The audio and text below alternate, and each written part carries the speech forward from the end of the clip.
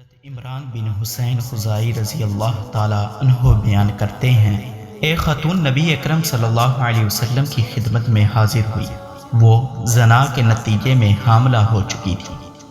اس نے عرض کیا، یا رسول اللہ، میں نے قابل حد جرم کا ارتکاب کیا ہے، یعنی وہ جرم کیا ہے جس کی سزا حد ہے، آپ وہ حد مجھ پر جاری کریں۔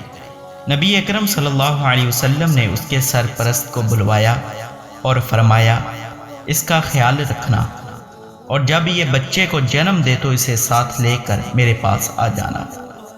اس سرپرست نے ایسا ہی کیا۔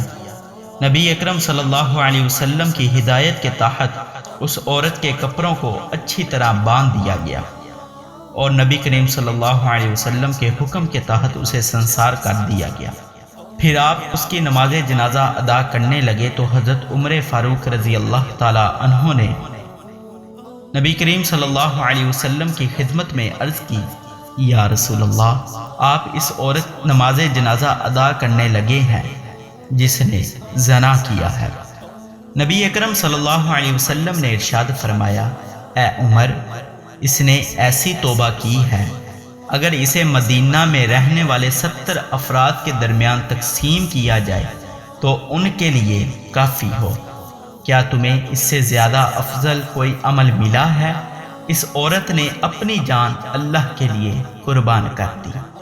حضرت ابن عباس حضرت انس بن مالک رضی اللہ تعالی عنہ بیان کرتے ہیں، نبی اکرم صلی اللہ علیہ وسلم نے ارشاد فرمایا، اگر آدم کے بیٹے کے پاس سونے کی ایک وادی ہو تو اسے یہ خواہش ہوگی کہ اس کے پاس 2 وادیاں ہوں۔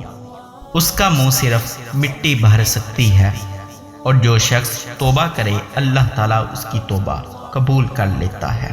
حضرت ابو ہریرہ رضی اللہ تعالیٰ عنہ بیان کرتے ہیں، نبی اکرم صلی اللہ علیہ وسلم نے ارشاد فرمایا، اللہ تعالیٰ ایسے 2 بندوں کے بارے میں مسکرا دیتا ہے جن میں سے ایک دوسرے کو قتل کرتا ہے اور وہ دونوں جنت میں داخل ہوں گے، یعنی قتل ہونے والا اللہ تعالیٰ کی راہ میں جہاد کرتے ہوئے شہید ہو جاتا ہے، اور پھر وہ قاتل جس نے کسی کو قتل کیا تھا اسے اللہ تعالیٰ توبہ کی توفیق دیتا ہے اور وہ اسلام کو قبول کر کے شہادت پا لیتا ہے۔